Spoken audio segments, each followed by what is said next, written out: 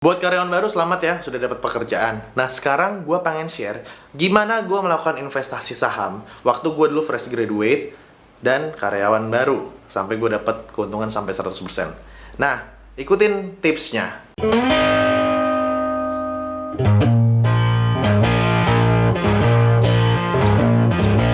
Balik lagi bareng gue, di Muda Cuma Sekali, self development channel di Indonesia. Nah, buat yang pertama kali kesini, channel ini ngomongin tentang karir dan edukasi. Nah, gue bakal bantuin lo di hal-hal tersebut. Hari ini gue akan share gimana sih dulu gue melakukan sebuah investasi pada saat gue baru kerja, sampai untungnya ya alhamdulillah 100% waktu itu kurang dari 1 tahun.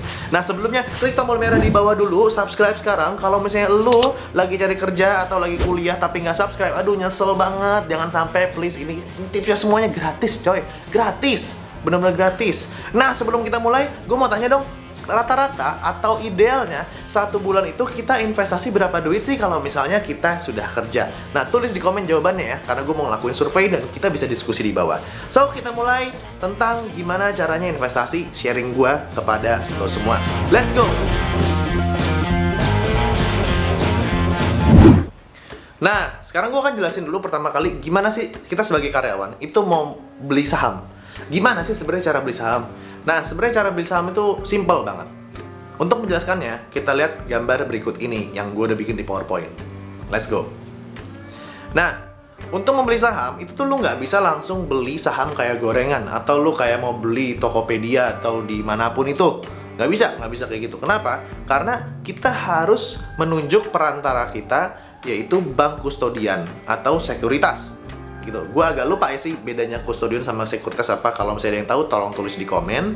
Nah, terus habis itu, jadi kalau misalnya lu mau beli saham itu, lu harus kasih tahu ke si bank kustodian atau sekuritasnya itu bahwa, bang, tolong dong beliin gue sahamnya Akra gitu, atau sahamnya KLBF, KLB Pharma dan lain-lain.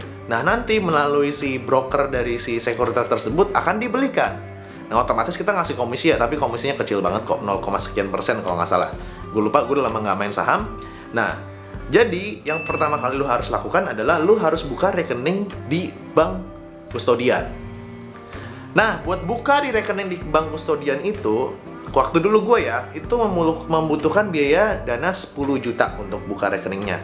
Nah, kalau sekarang setahu gue Mandiri Sekuritas kalau nggak salah udah 2 juta bisa ya buat buka rekening sahamnya. Seandainya lu nggak dapet yang 2 juta pun, lu bisa minta sama saudara lu atau siapapun itu, lu bisa pinjam dulu 10 juta, masukin ke rekening sahamnya. Nah, nanti pas di rekening sahamnya, itu bener-bener totalnya 10 juta juga gitu loh. Jadi nggak ada potongan-potongan apapun. Nah, setelah lu terjadi rekening sahamnya, baru lu cabut, lu ambil lagi 10 jutanya, lu balikin, itu bisa. Nah, terus biasanya kalau misalnya lu sudah dapat rekening sahamnya itu, lu akan dikasih tahu sama brokernya bahwa aplikasi itu sudah bisa digunakan. Nah, aplikasi dan website itu dipakai buat lu beli saham. Jadi lu beli saham lewat aplikasi dan web. Nah, yang kedua, berapa sih yang harus diinvestasikan? Yang harus diinvestasikan itu sebenarnya tergantung orang-orangnya sih ya. Nah, ini sharing pengalaman gue pribadi. Mungkin nggak cocok buat lo atau ada orang yang kurang cocok di luar sana, nggak masalah. Tapi ini gue jadiin referensi. Pertama kali yang gue lakukan adalah gue hitung dulu fix cost gue 1 bulan berapa. Bener-bener gue hitung. Jadi kayak makan, bayar kosan dan lain-lain itu berapa. Nah, sisanya itu berapa?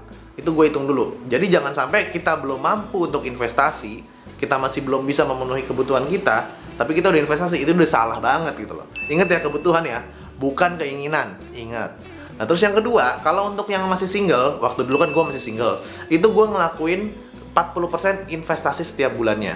Nah, investasi gue namanya dollar cost averaging. Nah, itu gue bakal jelasin di poin selanjutnya. 40% setiap bulan. Nah, kalau misalnya udah berkeluarga, sekarang kan gue udah berkeluarga nih, walaupun belum punya anak ya, gue punya istri.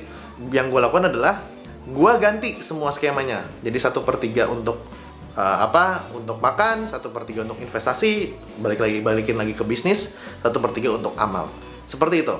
Nah, tergantung semuanya itu dari profil lu seperti apa. Jadi harus cermat-cermatnya. Paling ideal sih kalau misalnya masih single, gue yakin ini masih pada single, masih banyak yang single yang nonton gue.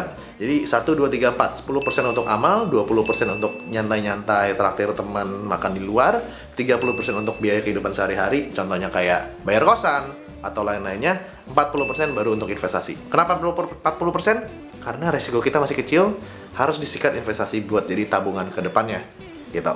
Nah, waktu dulu gue bisa ngumpulin 40% setiap bulannya, itu gue akhirnya selama setahun kerja bisa dapat sekitar 80 juta yang gue alokasikan untuk modal usaha. Walaupun usahanya bangkrut sih.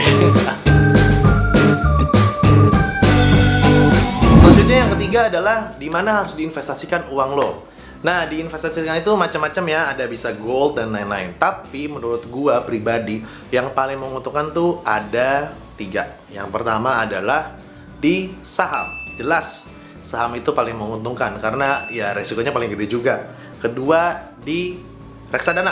Itu juga menguntungkan juga. Jadi kita reksadana itu mempercayakan uang kita kepada manajer dana, manajer investasi biar diinvestasikan, dijual belikan. Nah, nanti kita dapat returnnya. Nah, yang ketiga di emas. Emas menurut gue bukan investasi, tapi itu untuk tempat lu naruh duit biar nggak kena inflasi. Simpelnya seperti itu. Kalau misalnya gue salah, ternyata emas kena inflasi, tulis di komen ya analisanya seperti apa. Gue pribadi waktu dulu itu investasinya nggak di reksadana, nggak di emas, tapi di saham. Kenapa di saham? Karena gue orang keuangan, bukan keuangan, manajemen, gue ngerti dan sebenarnya hitungannya simple. Nah, di saham itu ada 2 jenis cara investasi. Nah, cara investasinya jenis apa? Yuk kita lihat di poin selanjutnya. Jenis investasi saham yang gue lakukan waktu itu namanya fundamental. Nah, jadi jenis saham itu ada 2 jenis investasi saham. Ada fundamental dan technical. Fundamental itu ngelihat laporan keuangan sama laporan manajerial perusahaannya dan sifatnya long term. Dia nggak gitu peduli sama harga saat ini banget. Nggak terlalu dipeduliin sih, cuman nggak gitu terlalu diutamakan. Tapi kalau technical itu yang kalau misalnya lo lihat-lihat orang-orang yang pakai grafik-grafik, ngegambar-gambar, ngeliat tuh kayaknya keren banget gitu kan. Nah, itu namanya technical. Dia itu dagang, kayak oke, misalnya hari ini beli harganya murah banget, 3 hari kemudian harganya naik tinggi, jual, seperti itu. Nah, yang gue lakukan adalah teknik fundamental. Jadi gue menganalisa. Terus jenis cara gue berinvestasi tipenya adalah dollar cost averaging, artinya menabung saham. Jadi setiap bulan gue akan store untuk beli selembaran saham, setiap bulannya berapa gitu loh. Nah, jadi simpelnya kayak lo nabung setiap gajian, misalnya sejuta gitu. Sejuta ditabungin ke gajian, tapi kalau misalnya gue bukan nabungnya di bank, tapi gue beliin saham. Jadi setiap gajian di awal, ini penting banget ya, lo harus dari awal nih, gajian langsung potong buat beli saham. Jadi gue gajian pertama kali atau di awal-awal gajian itu langsung gue sisihin semua, jret, langsung gue beliin saham tersebut. Setiap bulan kayak gitu, jadi nanti akan menjadi bola salju dan snowball effect. Nah, sekarang gimana sih cara ngelakuin fundamentalnya? Gue akan jelasin di video selanjutnya, karena video yang ini lebih arah ke gimana basicnya. Silahkan klik video selanjutnya di sini. Gue akan jelasin tutorialnya gimana cara investasinya, dan gue akan kasih model atau spreadsheet Excel-nya buat pilih saham yang pilihannya yang bagus. Yuk klik sekarang. Thank you banyak udah nontonin video gue. Mudah-mudahan ini bisa ngasih manfaat buat lo semua, dan please tekan tombol subscribe di bawah kalau misalnya lo merasakan ini manfaatnya, dan share juga kepada teman-teman lo. So, see you in the next episode of Muda Cuma Sekali. Follow Instagram gue juga, dan kalau lo suka bisa beli merchandise gue di merch.mudacumasekali, ada di link deskripsi. So, see you in the next episode of Muda Cuma Sekali. Keep going on your life and find your passion, karena kita gak tambah muda.